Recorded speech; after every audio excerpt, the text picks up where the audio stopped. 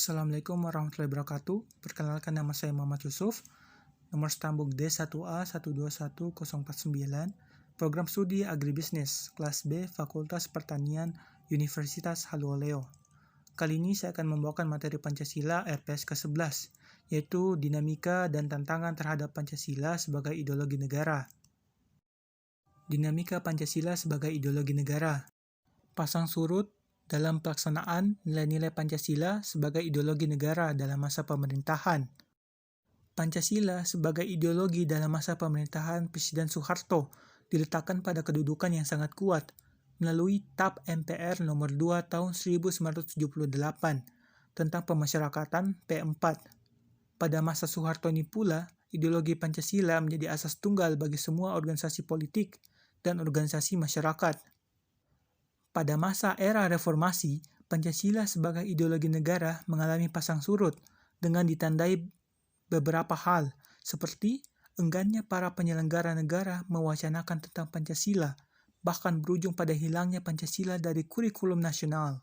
Meskipun pada akhirnya timbul kesadaran penyelenggara negara tentang pentingnya pendidikan Pancasila di perguruan tinggi. Berikutnya, unsur-unsur yang memengaruhi tantangan terhadap Pancasila sebagai ideologi negara meliputi faktor eksternal dan internal. Adapun faktor eksternal meliputi hal-hal sebagai berikut. Yang pertama, pertarungan ideologis antar negara-negara superpower antara Amerika Serikat dan Uni Soviet antara tahun 1945 sampai 1990 yang berakhir dengan bubarnya negara Soviet sehingga Amerika menjadi satu-satunya negara superpower.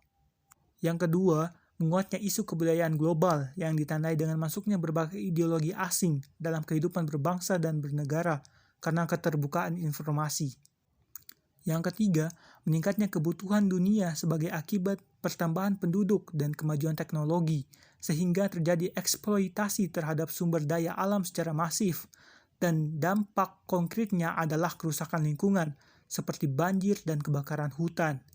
Adapun faktor internal meliputi sebagai berikut. Yang pertama, pergantian rezim yang berkuasa melahirkan kebijakan politik yang berorientasi pada kepentingan kelompok atau partai, sehingga ideologi Pancasila sering terabaikan. Yang kedua, menguatnya isu kebudayaan global yang ditandai dengan masuknya berbagai ideologi asing dalam kehidupan berbangsa dan bernegara karena keterbukaan informasi. Baik, sekian dari pemaparan materi yang telah saya berikan. Lebih dan kurangnya mohon dimaafkan. Wassalamualaikum warahmatullahi wabarakatuh.